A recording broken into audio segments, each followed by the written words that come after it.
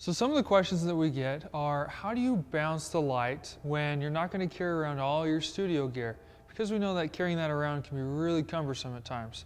So, like when we're at a wedding or some indoor event, we need to put the flash on the camera, just like this. And there's a few different ways that we could get this to work in our favor when we just usually point the flash up towards the ceiling. And right now we have about 18-foot ceilings in here where we're at. And we did some studio tests, and we'll show you some different photos that Jim took of me here in the studio of the flash pointing up and with no flash at all. And then we have some different light modifiers that we use as well to kind of see what they do. So that's what these photos look like right now.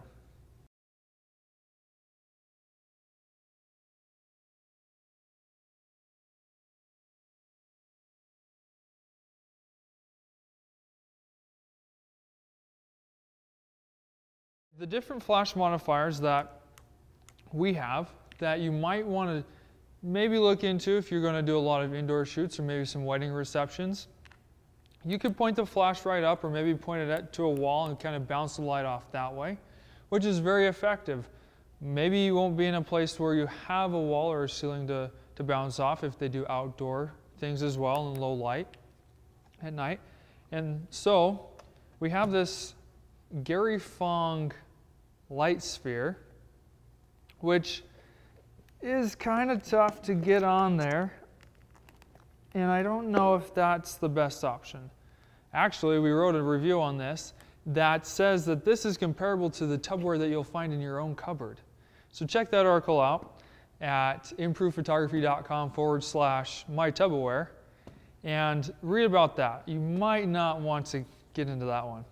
Another option is my absolute favorite, and this is called the Rogue Flash Bender. And this is a lot easier to attach. You just wrap it around, and it straps and velcros to the other side.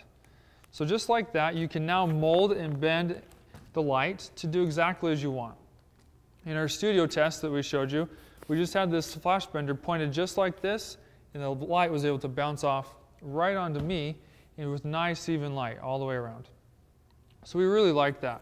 There's other attachments that you can get on your Rogue Flash Bender to help diffuse the light even more from this position. But apart from any of that, you have a lot more creative and flexible ways that you can get your Rogue Flash Bender to work for you. If you want more narrow beams of light, you can bend it down, maybe turn it into a snoot if you are into some of that, and just kind of get your light to be a little more directionalized with using your Flash Bender. So there's lots of ways that you can bounce light when you don't want to carry your studio gear. If you have a little bit of money, about 60 bucks, you can get this Rogue Flash Bender. And it's very portable. You can take it with wherever you want, and do whatever you want with it.